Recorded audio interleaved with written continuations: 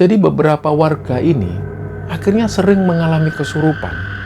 Dan parahnya pada waktu itu warga ini menyimpulkan bahwa orang-orang yang kerasukan ini sebenarnya sudah kerasukan arwahnya Arifin. Ibu Sariti itu sempat pesan sebelum-sebelumnya bahwa Arifin ini punya pegangan, dia punya ilmu kebal. Dan kelemahan Arifin itu ada di bagian kepalanya. Istilahnya kalau kata orang Jawa ini pengapesannya. Jadi pengapesan Arifin itu ada di bagian kepalanya. Akhirnya setelah salah satu orang ini ingat pesan dari Ibu Sariti, dia ini langsung cari batu dengan ukuran besar. Dan langsung batu ini dihantamkan ke bagian kepala Arifin, dan waktu itu mohon maaf, kepala Arifin ini langsung sampai hancur.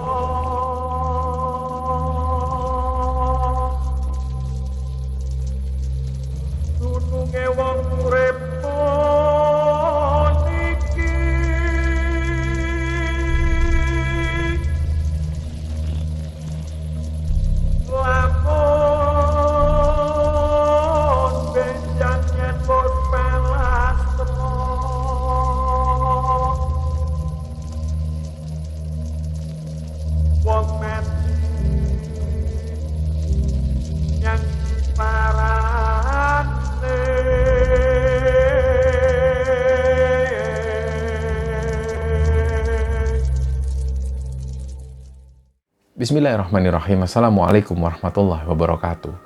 Sobat Kembara Sunyi dimanapun berada, pada kesempatan kali ini kami akan membagikan cerita yang dikirim oleh Sobat Kembara yang bernama Desi yang asalnya dari Indramayu, Jawa Barat. Sebelum kita masuk ke ceritanya, untuk teman-teman yang nonton tayangan ini dan belum subscribe, jangan lupa untuk subscribe lebih dulu agar channel Kembara Sunyi ini lebih berkembang lagi dan kami lebih bersemangat lagi dalam membuat konten-konten terbaru di Kembara Sunyi. Dan untuk teman-teman yang telah mendukung kami sejauh ini, kami mengucapkan terima kasih banyak. Semoga amal kebaikan teman-teman dibalas kebaikan berlipat oleh Allah Subhanahu wa Ta'ala.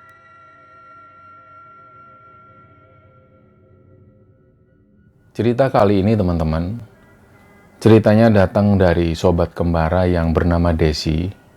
Desi ini asalnya dari Indramayu, Jawa Barat. Dan kejadian ini pernah terjadi di sekitaran 3 tahun yang lalu di salah satu desa di Indramayu. Jadi bagi teman-teman yang mungkin pernah mendengar cerita ini, kisah nyata ini sempat viral dulu. Beritanya banyak kita jumpai di media sosial dan lain sebagainya. Dan bahkan sempat membuat geger warga yang ada di sana. Jadi ceritanya Desi ini tinggal di salah satu desa di Indramayu. Dan tepat di depan gang rumah Desi ini tinggallah seorang janda. Janda ini bisa dikatakan orang yang cukup berada di sana karena beliau memiliki sawah dan tanah yang cukup banyak. Kita sebut namanya Ibu Sariti.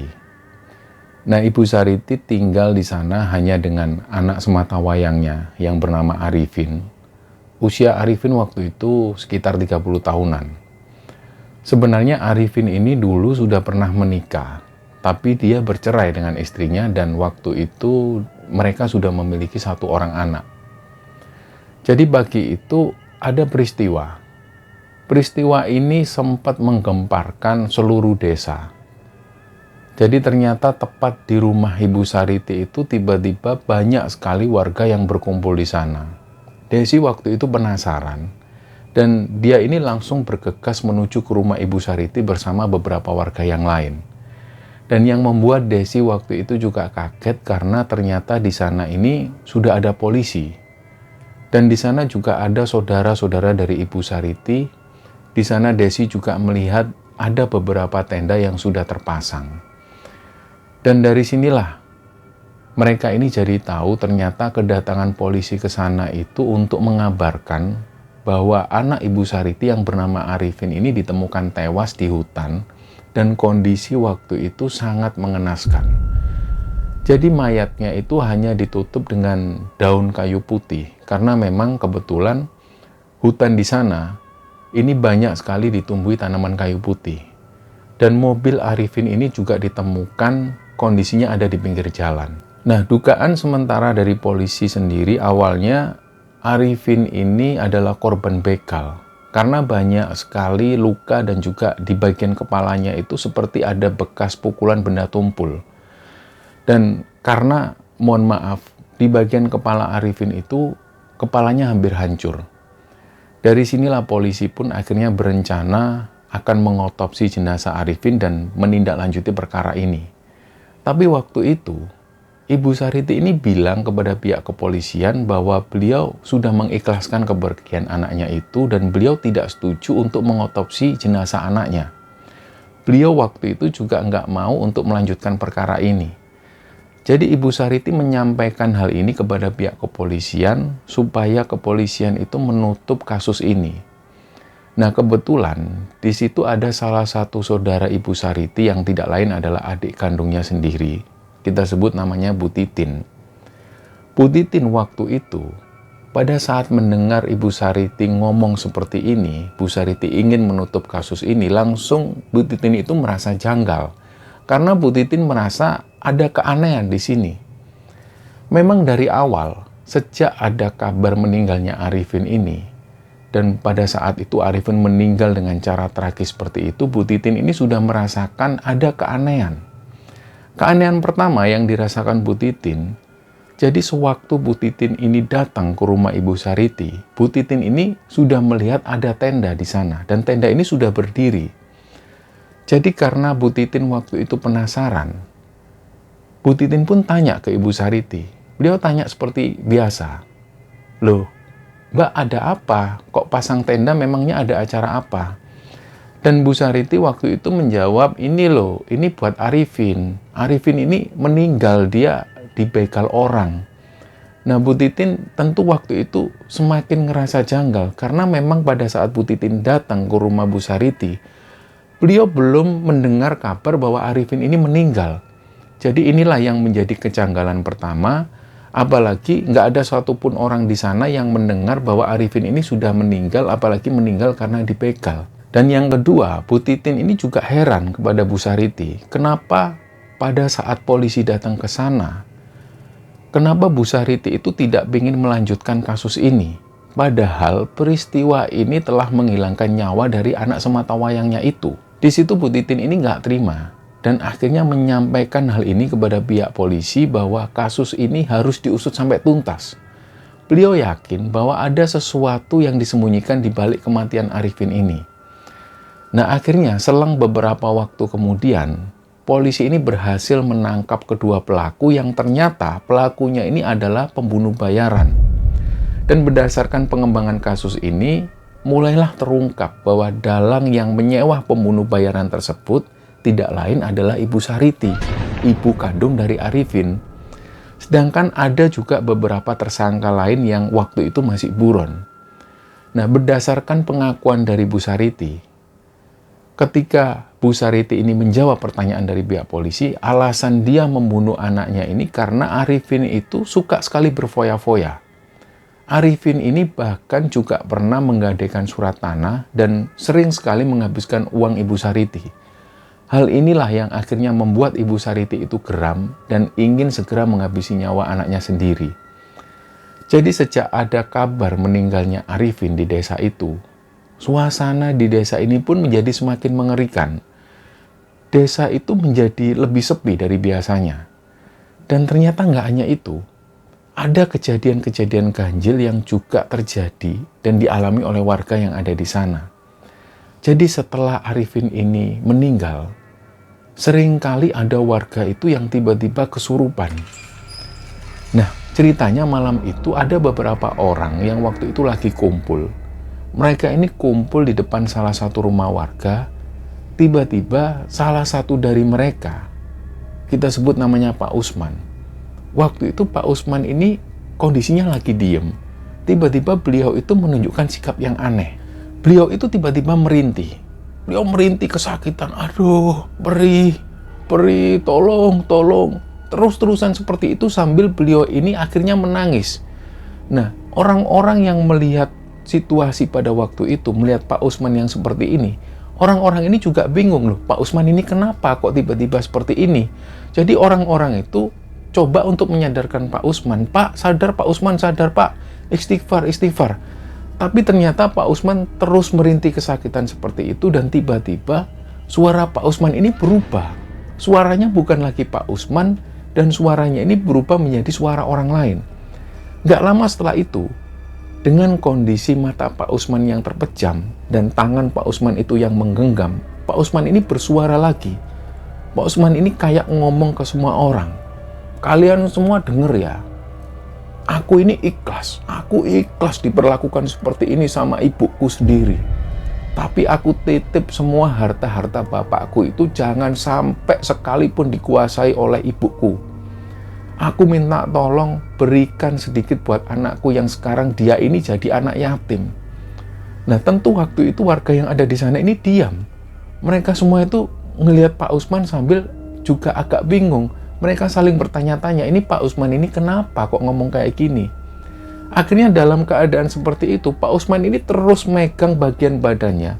Sambil beliau ini terus merintih kesakitan dan sesekali beliau ini megang kepalanya.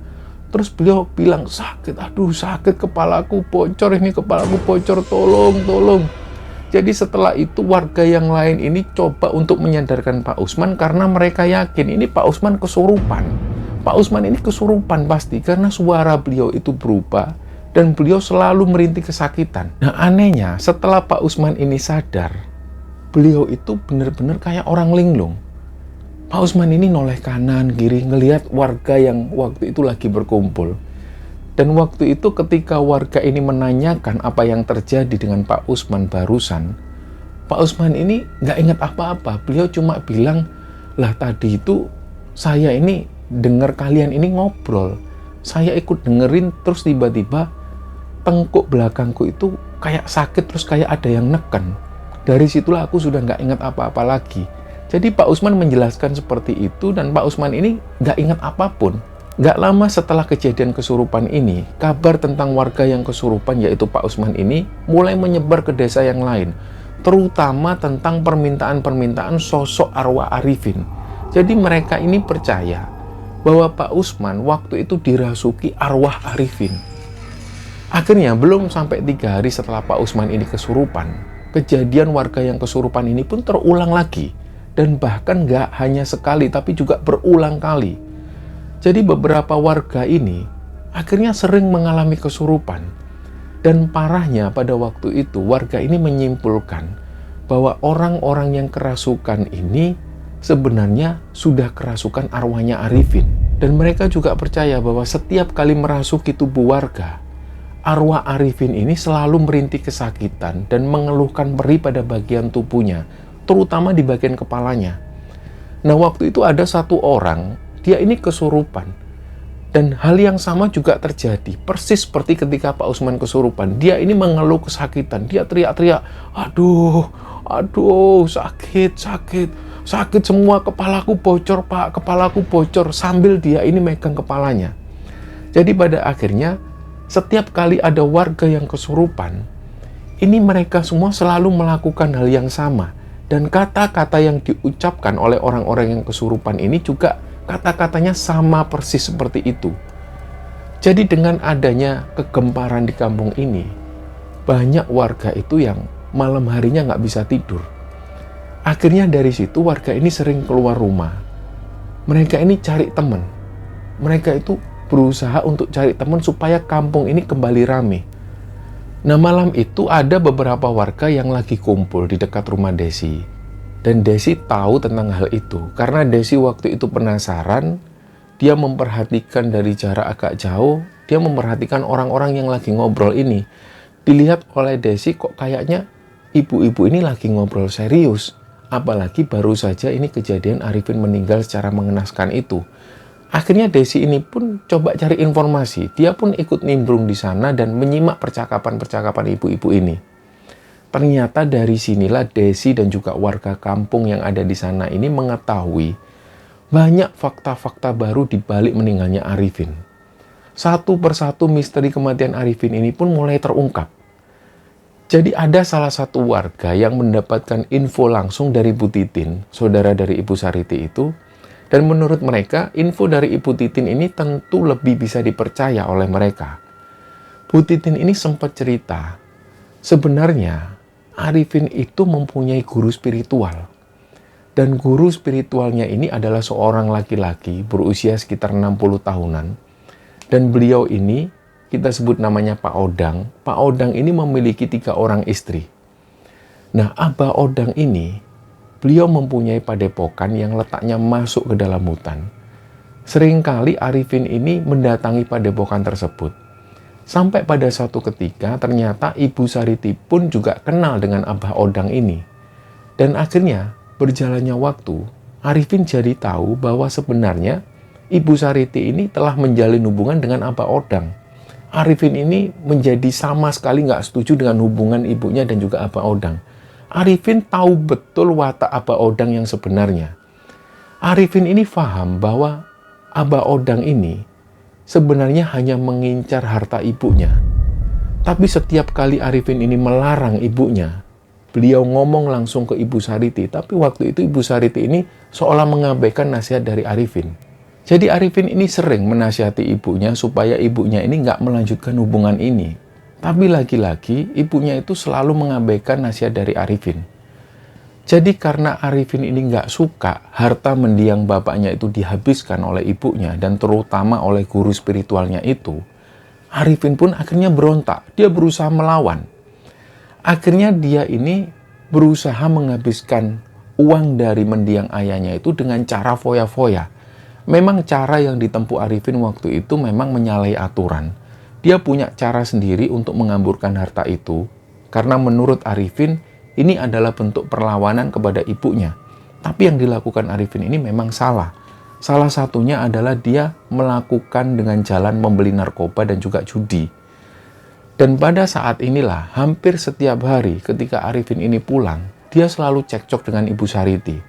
Dan setiap kali cekcok, Arifin ini selalu membahas hubungan antara Ibu Sariti dan Abah Odang. Jadi yang Arifin inginkan waktu itu cuma satu. Dia hanya menginginkan Ibu Sariti ini menjauhi Abah Odang. Tapi lagi-lagi Ibu Sariti ini tetap ngotot dan tetap nggak mau menuruti Arifin. Dari situlah akhirnya karena mungkin Ibu Sariti ini merasa juga risih dengan nasihat-nasihat Arifin. Akhirnya waktu itu Bu Sariti ini nekat menyewa pembunuh bayaran untuk membunuh Arifin. Dan ternyata para pembunuh bayaran ini masih satu komplotan dengan Abah Odang.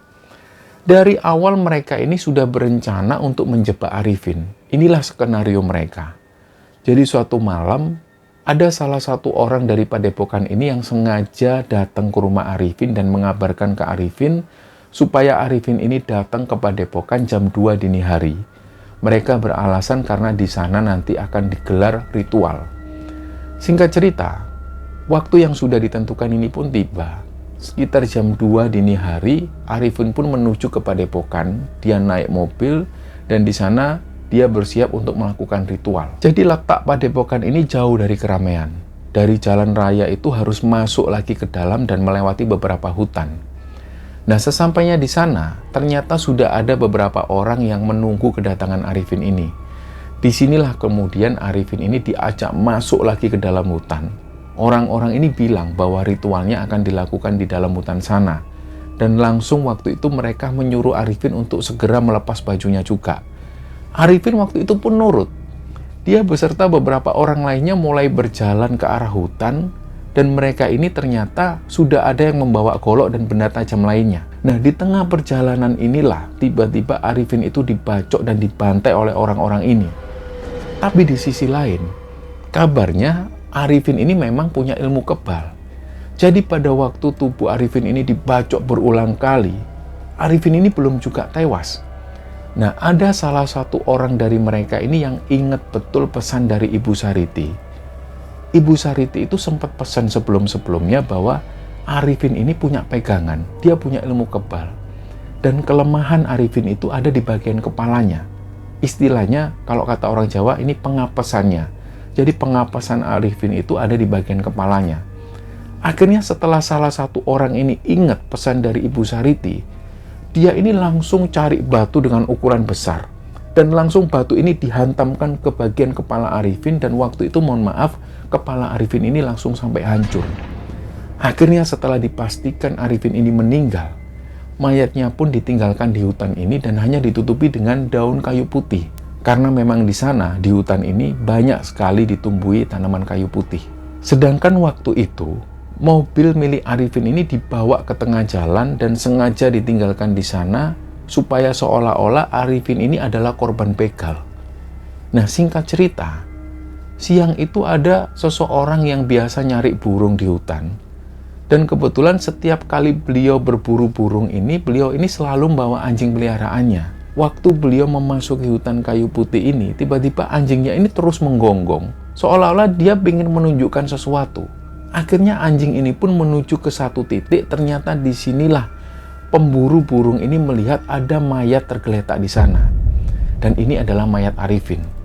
Jadi begitu kagetnya orang ini ngelihat ternyata ada mayat di sana, dan beliau segera melaporkan hal ini ke pihak kepolisian. Dan setelah proses penyelidikan kasus ini, Bu Sariti dan 2 orang lainnya pun akhirnya ditahan, dan pada akhirnya Bu Sariti sendiri mendapatkan hukuman mati atas kasus ini. Nah, sedangkan Abah Odang, guru spiritual yang merupakan juga otak dari pembunuhan berencana ini, kabarnya masih buron.